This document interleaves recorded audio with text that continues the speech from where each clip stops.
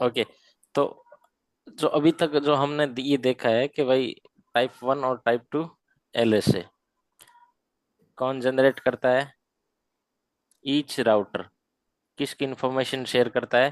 भाई मेरे से अटैच कितनी लिंक्स है, उन लिंक्स का क्या है आपको चाहिए? सबनेट मास्क, नेटवर्क, कॉस्ट, ये सारी चीजें आपको चाहिए। तो इस राउटर से अटैच मेरे पास दो लिंक है, ठीक है।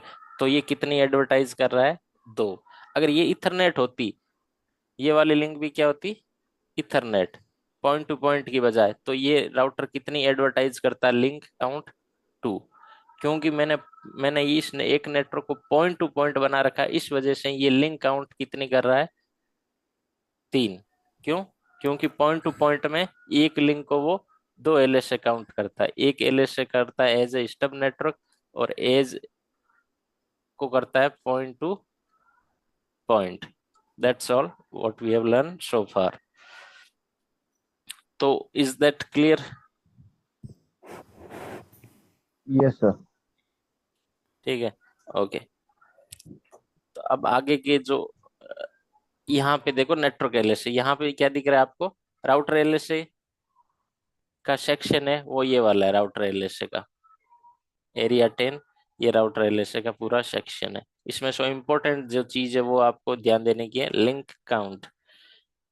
ठीक है, लिंक काउंट को एग्जैक्ट बाद में और डिटेल में देखने के लिए कि भाई ये नेटवर्क क्या है, स्टब है, ट्रांजिट है। ट्रांजिट है इसका मतलब आप हाथों हाथ समझ गए कि भाई यहाँ पे इथरनेट केबल कनेक्ट है। स्टब है आप इमीडिएटली समझ गए कि भाई ये तो या तो पॉइंट टू पॉइंट है या लूप बैक है। यहाँ पे इसका मतलब आगे नेबर नहीं है। वर्चुअल लिंक का कैश होता है चौथा। अब वर्चुअल लिंक का, अब देखो वर्चुअल लिंक की जरूरत हमें कब पड़ती है?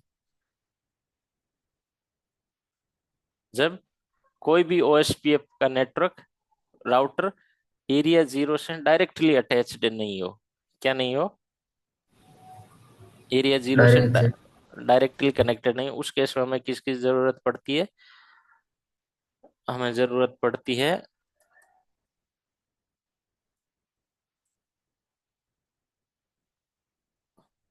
ओके, जैसे एरिया 100, यहाँ पे क्या है? एरिया 0, यहाँ पे एरिया 44। तो एरिया 44 0 से कनेक्ट नहीं है, तो हम क्या करेंगे? इन दोनों के बीच में एक वर्चुअल लिंक फॉरवर्ड बना देंगे, वर्चुअल लिंक क्रिएट कर देंगे, जिससे एरिया 0 को हम क्या एक्सटेंड कर रहे हैं, इधर कर रहे हैं, ताकि एरिया 44 हो जाए। वर्चुअल लिंक जिंदगी में आपके कभी काम नहीं आएगी, इंटरव्यू में बहुत पूछते हैं इसके बारे में, इंटरव्यू में पूछ लेते हैं, लेकिन जिंदगी में काम नहीं आएगी। क्यों नहीं आएगी? क्योंकि कोई भी प्रोडक्शन नेटवर्क में वर्चुअल लिंक की जरूरत तभी पड़ती है जब डिजाइन में फॉल्ट हो, राइट। अगर आपने प्रॉपरली डिजाइन किया है नेटवर्क को, तो आपने ये ध्यान तो रखा होगा ना कि भाई कोई भी एरिया वो जीरो से मस्ट कनेक्टेड होना चाहिए। तो अगर आपके डिजाइन में फॉल्ट है तभी वर्चुअल लिंक की जरूरत पड़ती है, और कोई भी नेटवर्क में डिजाइन की फॉल्ट बहुत रेयर चांस है, तो आप शायद जिंदगी में कभी नहीं देखोगे वर्चुअल लिंक। तो अगर लेकिन कभी मान लेते हैं, आपको पता होना चाहिए कि भाई वर्चुअल लिंक अगर बनी तो वो भी टाइप 1 एलएस से जनरेट करता है, और जो उसका जो नेटवर्क बनेगा वो बनेगा वर्चुअल लिंक नेटवर्क। तो वो इतना कोई खास है नहीं उसका इम्पोर्टेंस, तो उसको सर जस्ट मैंने एज ए आपको हाईलाइट कर दिया उसको, चीज को बस।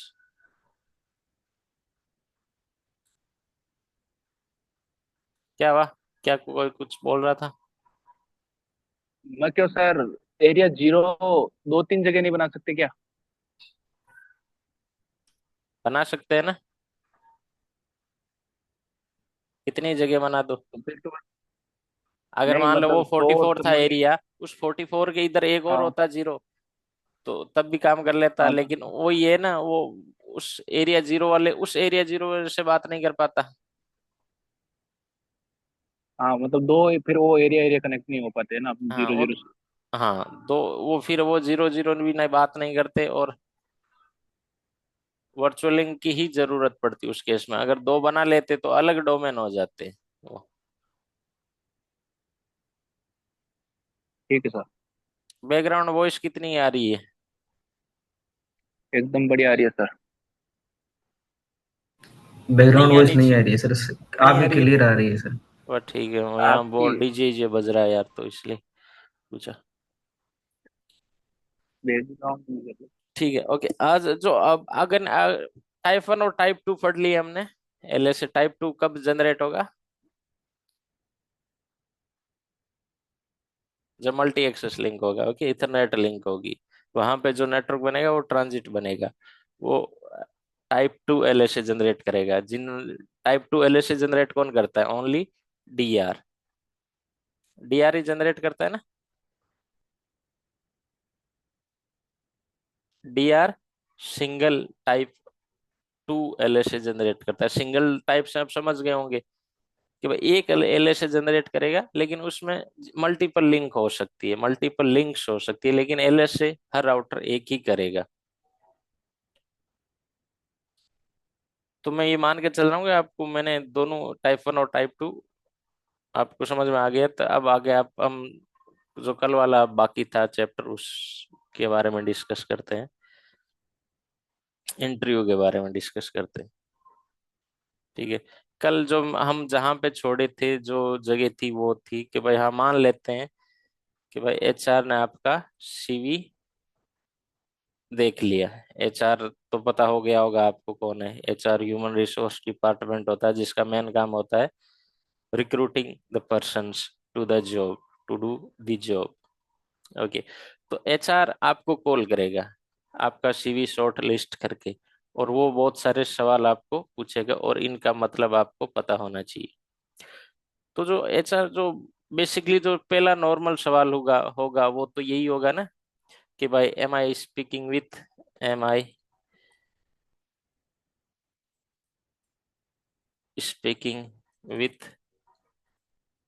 जैसे मान लेते हैं मनीष। ठीक है। Am I speaking with Manish, इसका मतलब समझ में आता ही होगा सबको। ठीक है। क्या मैं मनीष से बात कर रही हूँ, या अगर एचआर मेल हुआ या फीमेल हुआ, depend on that, nothing our concern. So am I speaking with Manish, तो आपका आंसर क्या होगा?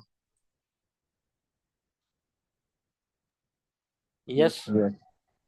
ठीक है। अब जो उसने सीवी जब लिया है तो ऑब्वियसली Naukri.com या कोई भी पोर्टल से उठाया है, तो फिर जो अगला सवाल पूछेगी वो पूछेगी, are you looking for job change? Are you looking for job change? Yes yes. इसका क्या आंसर होगा? कि आप जॉब चेंज के लिए मतलब जॉब चेंज करना चाहते हो, नई जॉब ढूंढना चाहते हो मतलब। तो इसका आंसर होगा आपका क्या होगा? यस। या नो? यस। यस होगा ना? Okay, yes. अगर नो हुआ तो? Sir as a fresher join कर रहे हैं तो ये जॉब चेंज क्यों है यहाँ पे? मान लेते हैं कोई काम करके भी आया है, हाँ ठीक। ठीक है, तो यस ऑब्वियसली क्या होगा? यस। यस, क्योंकि अभी आप काम कर रहे हो, मान लेते हैं कोई काम कर रहे हो आप, तो यस होगा। अब यस होगा तो फिर वो आगे के सवाल पूछेगी, अगर नो होगा तो वो फोन काट देगी यहीं, कि भाई अगर आप जॉब देख ही नहीं रहे हो तो फिर मेरे मतलब टाइम खराब हो गया। तो अगर यस है तो फिर वो आपको आगे और सवाल पूछेगी। जो अगला जो सवाल पूछेगी वो ये पूछ सकती है कि भाई वी आर रिक्रूटिंग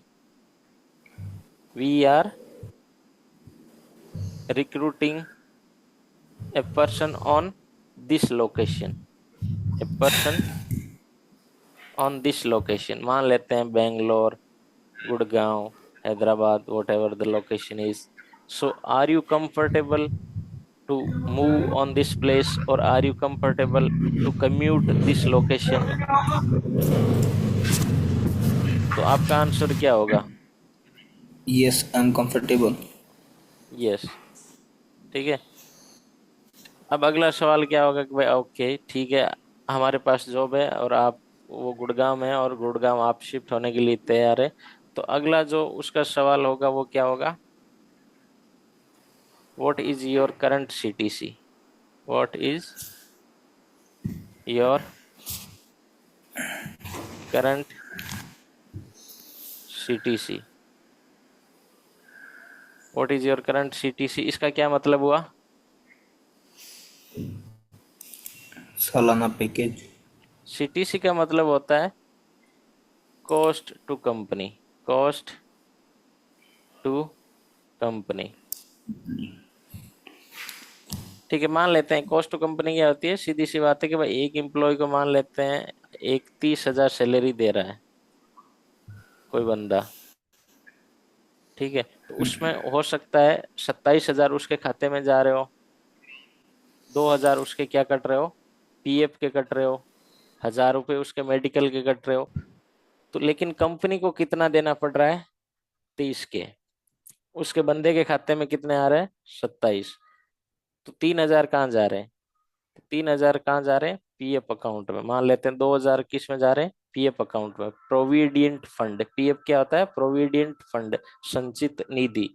उसमें हर एम्प्लॉय को उसमें जमा कराना पड़ता है। अब जैसे पीएफ कट रहा है आपका 2,000, जिसमें क्या होता है, 2,000 में कंपनी जमा कराएगी 500 और आपको जमा कराएगा, आपकी तनख्वाह से होंगे 1,500, लेकिन हो किससे रहे हैं? 2,000 से ही हो रहे हैं ना, जो 2,000 के कट रहे हैं। तो 27 और 29 बाकी बचे 1,000, वो मान लेते हैं मेडिकल, ठीक है, मेडिकल की।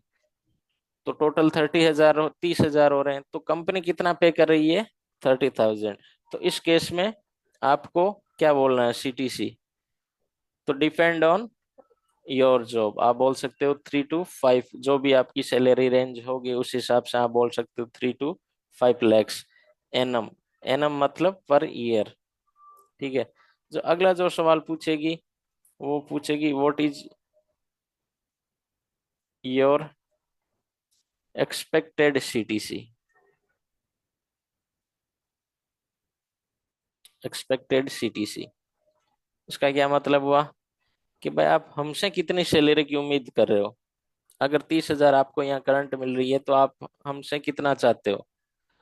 तो जो यूजुअली हाइक होता है ना, वो कितना होता है? स्टैंडर्ड हाइक होता है 30 to 40%, या अगर आप ज्यादा भी हो सकता है, लेकिन जो स्टैंडर्ड की बात कर रहा हूँ, कि एक एवरेज की बात कर रहा हूँ, वो होता है 30 to 40%। तो 30,000 का 40% कितना हो गया? मान लेते हैं 12,000, कुछ 12 12.5 का हो रहा है। तो 30 + 12 कितने हो गए? 42,000। 42,000 गुणा 12,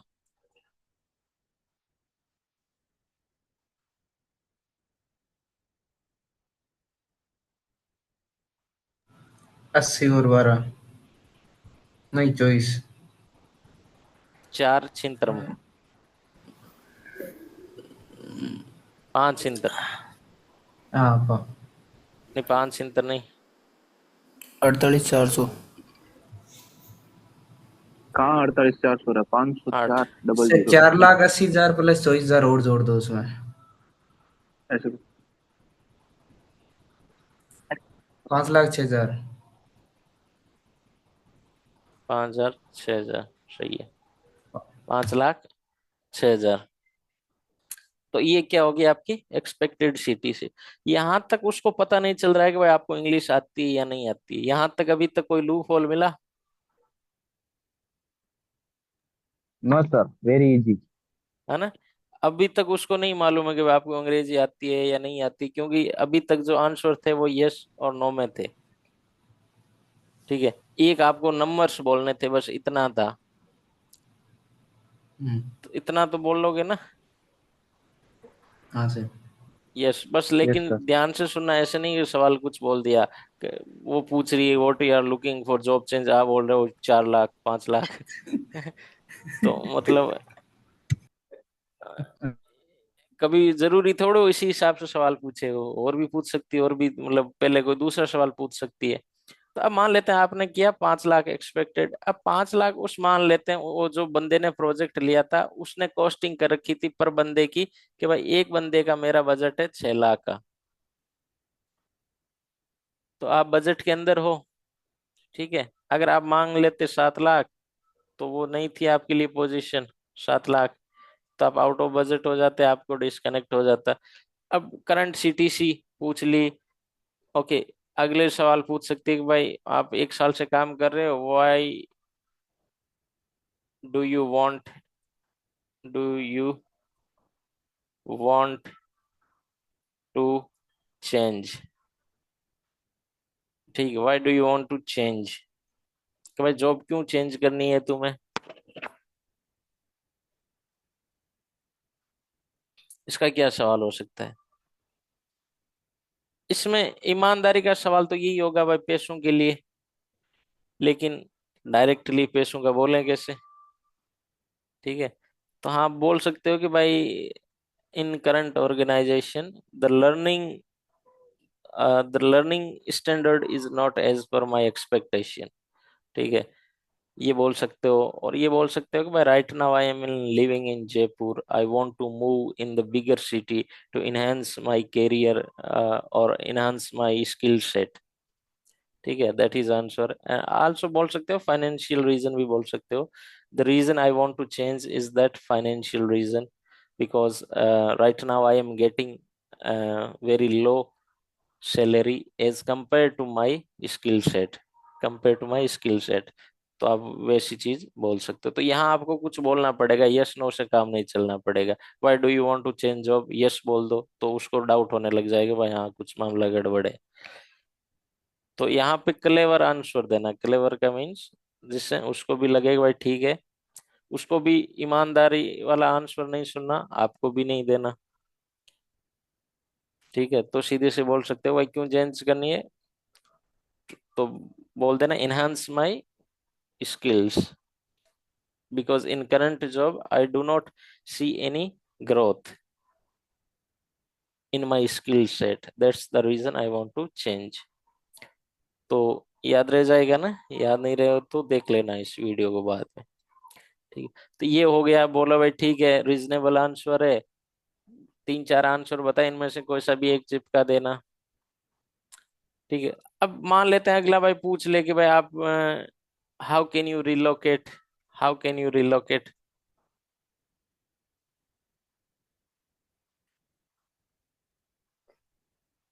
ठीक है, जैसे मान लेते हैं कोई जॉब है अंडमान निकोबार की, तो बोला कि आप वहां कैसे शिफ्ट हो सकते हो। रिलोकेट का मतलब अभी आप जयपुर में हो, वहां शिफ्ट हो जाना, रिलोकेट। तो इसका जो आंसर है वो आप ये दे सकते हो कि भाई माई cousin brother living already living there, so there wouldn't be any issue by moving, yeah, moving on that place, whatever that place is। तो सीधे सा बोल देना कि भाई कोई एक अपना रिलेटिव या फ्रेंड बोल देना कि भाई मेरा फ्रेंड ऑलरेडी वहां पे रहता है, माय फ्रेंड और my family member is already living there, so it won't too much, it won't be a too much issue for me to relocate. ठीक है, अब अगला सवाल क्या पूछेगी वो? मोस्ट प्रोबेबली एचआर इतने ही सवाल पूछती है। अगर इतने में हो गया तो वो नोट कर लेती है कि भाई करंट सैलरी, आपकी हाईएस्ट क्वालिफिकेशन, हाँ, और पूछ सकती है highest qualification.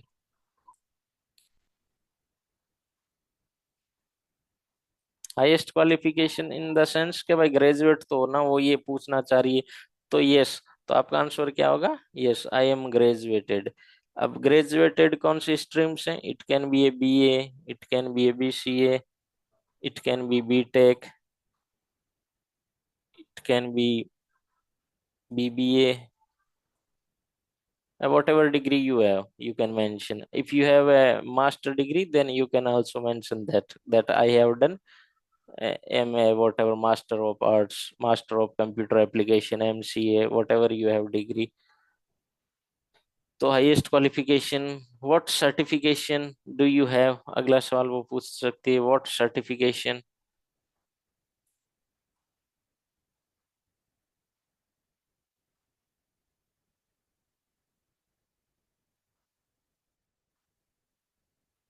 What certification do you have? तो इसका आंसर क्या होगा? सर डिप्लोमा और सर्टिफिकेशन में क्या फर्क है? डिप्लोमा और सर्टिफिकेट में डिप्लोमा क्या देती है? कोई यूनिवर्सिटी देती है डिप्लोमा। जैसे मान लेते हैं आपने डिप्लोमा, बहुत सारे डिफरेंस होते हैं जैसे, लेकिन मेन चीज ये होता है कि भाई डिप्लोमा मिनिमम 1 ईयर का होता है, सर्टिफिकेट की कोई ड्यूरेशन नहीं होती। ठीक है, डिप्लोमा आपको हम्म। इतने टाइम तक जाना ही होगा कि भाई 6 महीने, साल भर। अब सर्टिफिकेट मेरे सीसी ने का कल मन में आया, मैंने दे दिया, मैं चाहे जाऊं या ना जाऊं। आपने सीसी ने आज हम्म। पढ़ा, 5 साल बाद में दे दिया आपने एग्जाम। ठीक है, तो what hmm. Certification do you, हमेशा सर्टिफिकेशन की ज्यादा अहमियत होती है इस इंडस्ट्री में, आईटी इंडस्ट्री में। तो सर्टिफिकेशन में आप यहाँ पे देखो, सर्टिफिकेशन भी दो होते हैं, एक तो ट्रेनिंग सर्टिफिकेट, एक है ग्लोबल सर्टिफिकेट। ट्रेनिंग का जो मतलब जो आपको मिलेगा, जैसे मान लेते हैं आप कोचिंग कर रहे हो जहां से भी, तो वहाँ वो कोचिंग आपको क्या देगी? ट्रेनिंग सर्टिफिकेट देगी कि भाई ये बंदा हमारी कोचिंग से रियल इंडस्ट्री डिवाइसेस पे काम किया है, इतने साल तक इसको हमने पढ़ाया है, और इसको हम सर्टिफाइड करते हैं कि भाई ये यहाँ से पढ़ा हुआ है, बस that is training certificate.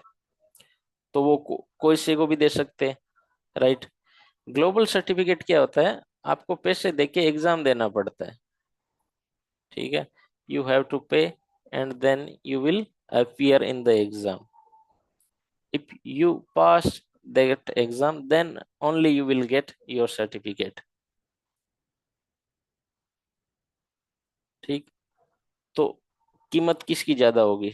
Global certificate की, ग्लोबल की। अब वो, ग्लोबल की। क्योंकि अब वो वर्ल्ड वाइड रिकग्नाइज्ड है। आप दुनिया में कहीं बैठ के वो सर्टिफिकेट नंबर डालोगे, आपका नाम आ जाएगा कि भाई हाँ, ये बंदे ने सर्टिफिकेट हासिल किया है, और वो वर्ल्ड वाइड वैलिड होगा। ठीक है, ट्रेनिंग सर्टिफिकेट, उसकी कोई वैलिडेशन नहीं है। हाँ ठीक है, एक भाई हाँ एक कोचिंग से पढ़ा हुआ है, उसकी वैलिडेशन इतनी ही है, वो ये नहीं है कि भाई आपको कोई जॉब में हेल्प करेगा, ये उतनी उसकी अहमियत नहीं होती है। तो ग्लोबल की, अब व्हाट सर्टिफिकेशन डू, अब आप बोलोगे भाई ट्रेनिंग, तो आप बोल सकते हो I do have a CCNA, CCNP और CCI certificate, plus I got firewall training from that that institute, this institute, whatever। तो आपको ये बोलना है कि भाई I do not have any global certificate, but I do have a training certificate of CCNA, CCNP, and CCI, and as well as I got firewall training certificate.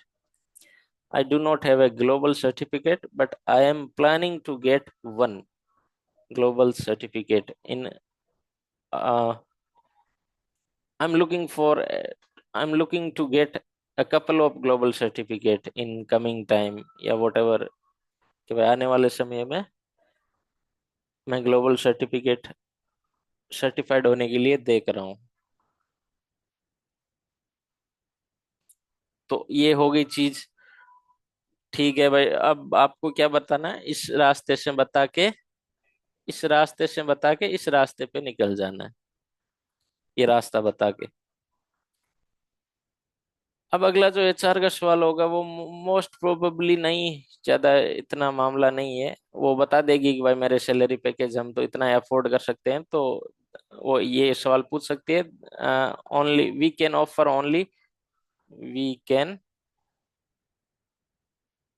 Only, जैसे कोई 4 लाख दे रहा है तो ओनली फॉर एलपीए, अगर किसी का budget maximum 6 lakh है तो we can offer only 6 LPA। ठीक। अब इसका काम हो गया एचआर का, एचआर ने डिटेल ले ली कि भाई हाँ आप ग्रेजुएट हो, सर्टिफिकेट है, एक्सपीरियंस मैच खा रहा है, करंट सैलरी मैच खा रही है, एक्सपेक्टेड सैलरी मैच खा रही है, और बाकी क्वालिफिकेशन मैच खा रही है। ये सारी की सारी टिक मार्क हो गए। अब आपका जो सीवी वो भेजेगा, वो किसको भेजेगा, एचआर किसको भेजेगी, प्रोजेक्ट मैनेजर को, जिसने क्या किया था शुरुआत में, कल हमने देखा था ना, जिसने वैकेंसी को क्रिएट किया था। ये प्रोजेक्ट मैनेजर क्या करेगा, अब ये शॉर्ट लिस्ट करेगा और शॉर्ट लिस्ट करेगा। ये किस बेसिस पे करेगा, भाई क्वालिफिकेशन अब तो सारों की सेम है ना। जैसे 4 बंदों की ली इसने, एचआर ने, और सबकी क्वालिफिकेशन सेम है और सबकी मैच हो रही है, तभी तो उस एचआर ने किसको भेजा, प्रोजेक्ट मैनेजर को भेजा। अब ये किस बेसिस पे सेलेक्ट करेगा, इसको 3 बंदे सेलेक्ट करने हैं जैसे। तो जो इसमें जो एक मेन चीज जो कॉमन करती है, फैक्टर काम करता है, वो फैक्टर काम करता है कि भाई आपका सीवी कैसा दिखता है, how good your CV is looking.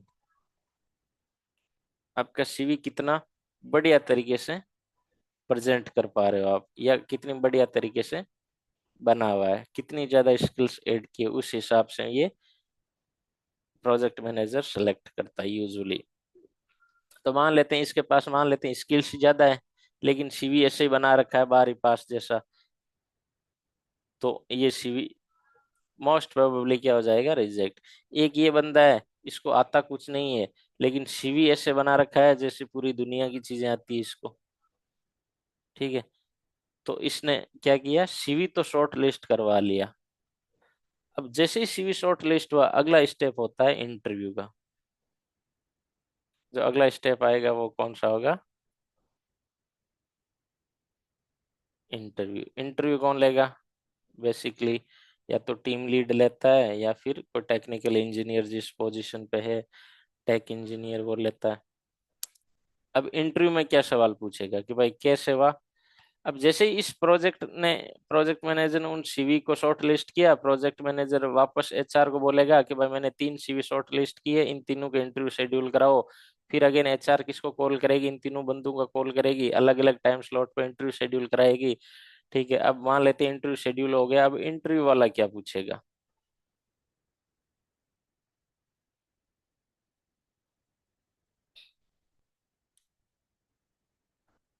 Okay, interview वाला जो सवाल पूछेगा, जिनमें से कॉमन सवाल मैं आपको बता रहा हूँ, जो सबसे इम्पोर्टेंट सवाल है और हर इंटरव्यू में पूछा जाता है, वो ये है कि भाई अगर आपके पास, मान लेते हैं आप 1 साल से काम कर रहे हो करंट कंपनी में, या फिर कोई दूसरी जगह काम कर रहे हो, तो वहां पे आपकी day to day job responsibility क्या है।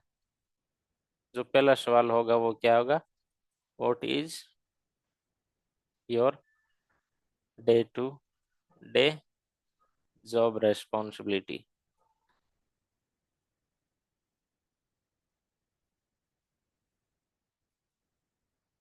ये सबसे इम्पोर्टेंट सवाल है। इसका सवाल आगे का इंटरव्यू डिसाइड करता है कि भाई आगे का इंटरव्यू वो क्या, मतलब अगर आपने यहाँ ज्यादा डीप में बता दिया तब भी गड़बड़, डीप में ना बताया तब भी गड़बड़। दोनों ही कंडीशन में, अगर डीप में बता नहीं गड़बड़ कैसे, कि फिर वो उसी लाइन में चला जाता है, उसी से रिलेटेड सवाल पूछ रहा है। जैसे मान लेते कोई बंदा कोई डेस्कटॉप का काम कर रहा है, उसको नेटवर्क में घुसना है। अब वो day to day job responsibility तो बता दी उसने नेटवर्क की, कि भाई मैं नेटवर्क का काम करता हूँ यहाँ, अब बता दी। लेकिन अब क्या है, वो इंटरव्यू वाला केवल उसी से सवाल पूछ रहा है, तब भी गड़बड़ हो जाएगी, क्योंकि वो कितने देर तक जवाब दे पाएगा। तो फिर इसका क्या आंसर दें हम, क्या आंसर होना चाहिए बेस्ट आंसर?